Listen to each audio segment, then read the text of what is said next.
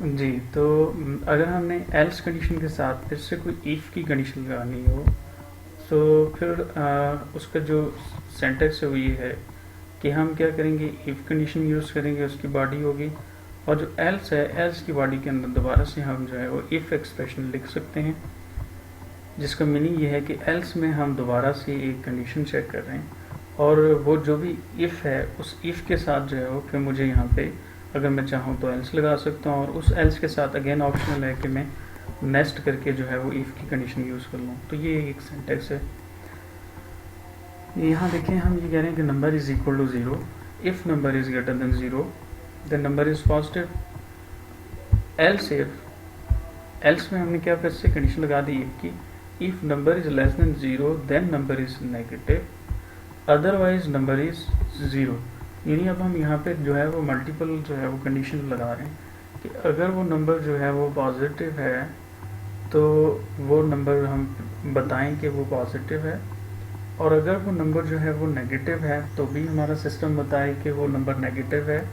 और इन दोनों के अलावा तीसरी पॉसिबिलिटी ये है कि वो नंबर क्या होगा, वो ज़ीरो होगा, तो हम उसको भी जो है वो हैंडल करना चाह रहे हैं। तो ऐसे सिनेरियोज में हम एल्स के साथ दोबारा से इफ़ की कंडीशन को यूज़ करेंगे। ठीक है, अब यहाँ पे देखिए कि मैंने अगर number is equal to zero को हैंडल करना हो तो मैं सिंपल इफ़ एल्स के साथ जो है वो यहाँ पे नहीं कर सकता, क्योंकि इफ़ एल्स में यानी या तो फर्स्ट वाला पोर्शन एग्जीक्यूट होगा या सेकंड पोर्शन एग्जीक्यूट होगा। यहाँ पे मैंने तीन चीज़ें बतानी है कि नंबर नेगेटिव है, नंबर पॉजिटिव है, या वो जो वैल्यू है वो एग्जैक्टली इक्वल टू ज़ीरो है। तो वो ज़ीरो की कंडीशन को हैंडल करने के लिए मुझे दोबारा से इफ़ लगानी पड़ेगी। इसी तरह से जो है वो हम नेस्टेड इफ भी लगा सकते हैं। तो हम ये कह रहे हैं कि एक इफ़ की बॉडी के अंदर हम अगर दोबारा से दूसरी इफ़ की कंडीशन लिखते हैं तो ऐसे सिनेरियो को हम जो है वो नेस्टेड इफ कहते हैं।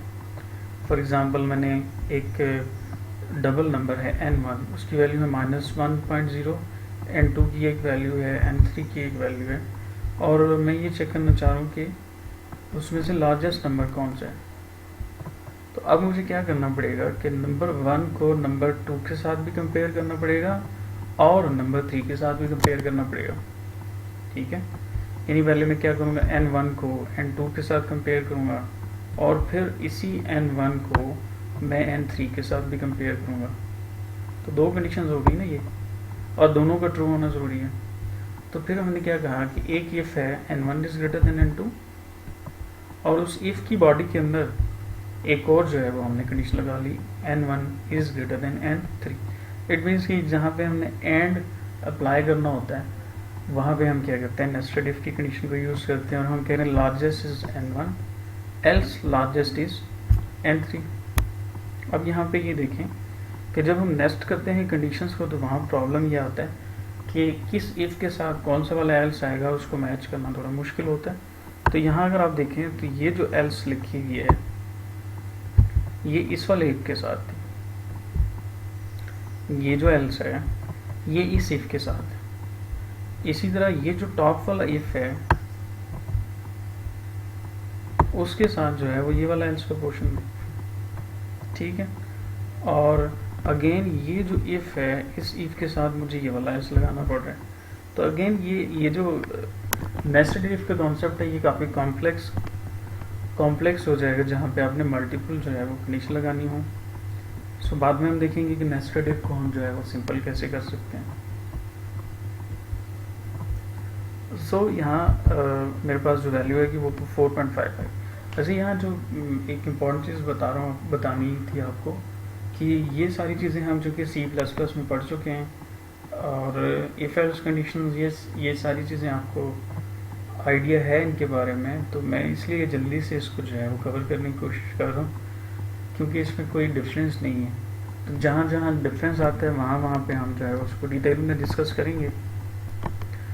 तो जो कंडीशनल पोर्शन है वो ऑलमोस्ट सेम है, ऑलमोस्ट नहीं बल्कि कम्प्लीटली सेम है सी और जावा में, C++ में, जावा में, इनमें कोई फ़र्क नहीं है। ठीक है, तो इस तरह से इफ एल्स कंडीशन को हम यूज़ करेंगे।